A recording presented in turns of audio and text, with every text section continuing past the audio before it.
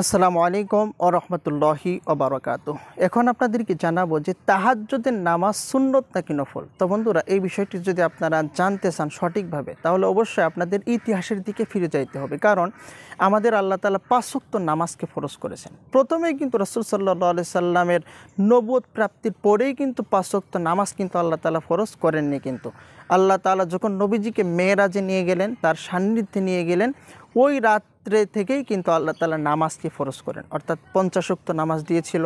তারপরে কমাতে কমাতে কমাতে ৫ ওয়াক্ত নামাজ।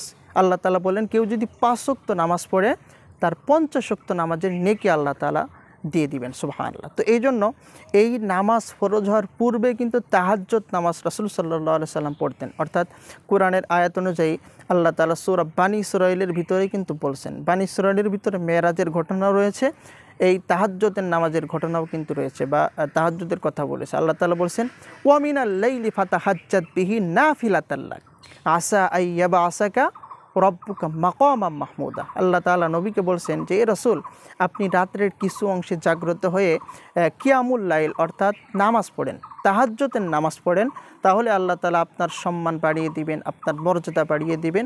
আল্লাহ তাআলা আপনাকে মকসুদ মঞ্জিলে কিন্তু পৌঁছিয়ে দিবেন। সুবহানাল্লাহ। তো এই জন্য যেহেতু রাসূল সাল্লাল্লাহু আলাইহি সাল্লাম ৫ ওয়াক্ত নামাজ ফরজের পূর্বেই কিন্তু তাহাজ্জুদের নামাজ কিন্তু পড়তেন, নিয়মিতভাবে কন্টিনিউয়াসলি পড়তেন। রাসূল সাল্লাল্লাহু আলাইহি সাল্লাম বলছেন যে, আমি যদি প্রতিনিয়ত যদি তাহাজ্জুদের নামাজ পড়তাম, আল্লাহ তাআলা এই তাহাজ্জুদের নামাজকেও কিন্তু ফরজ করে দিতেন। তো এই জন্য রাসূল সাল্লাল্লাহু আলাইহি সাল্লাম কিছুদিন তাহাজ্জুদ পড়েছেন, আবার ছেড়ে দিয়েছেন, আবার পড়েছেন।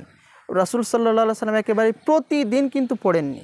নামাজ ফরজ হওয়ার পূর্বে প্রতিনিয়ত তাহাজ্জুদের নামাজ পড়তেন, কিন্তু নামাজ ফরজ হওয়ার পরে প্রতিদিন রাসূল সাল্লাল্লাহু আলাইহি সাল্লাম তাহাজ্জুদ পড়েননি। কারণ তার উম্মতদের উপর আল্লাহ তাআলা ফরজ করে দিতে পারেন। কারণ আল্লাহ তাআলা রাসূল সাল্লাল্লাহু আলাইহি সাল্লামের আমলটিকে পছন্দ করতেন।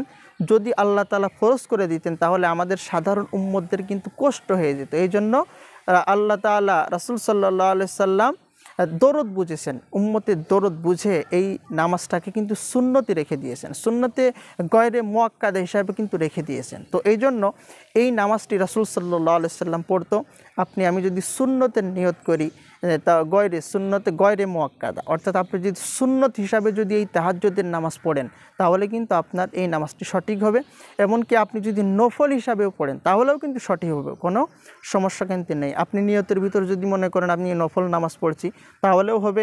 আর আপনি যদি মনে করেন আমি সুন্নত নামাজ পড়ছি, তাহাজ্জুদের সুন্নত নামাজ, তাহলেও কিন্তু কোনো সমস্যা নেই। কারণ সুন্নতের ভিতর দুইটা ভাগ আছে, একটা হলো সুন্নতে মুআক্কাদা, আর একটা হলো সুন্নতে গয়রে মুআক্কাদা। এই নামাজটি হলো সুন্নতে গয়রে মুআক্কাদা, অর্থাৎ রাসূল সাল্লাল্লাহু আলাইহি সাল্লাম পড়েছেন এই সুন্নতটি পড়লে নেকি, না পড়লে গুনাহ নেই। তো সেই হিসাবে এটি হলো নফল, অর্থাৎ আপনি নফলের নিয়ত করতে পারেন, আপনি সুন্নতের নিয়ত কিন্তু করতে পারেন, কোনো সমস্যা নাই। কারণ এটি হলো সুন্নতে গয়রে মুআক্কাদা নামাজ, এটি হলো সুন্নতে গয়রে মুআক্কাদা, সেই হিসাবে নফল।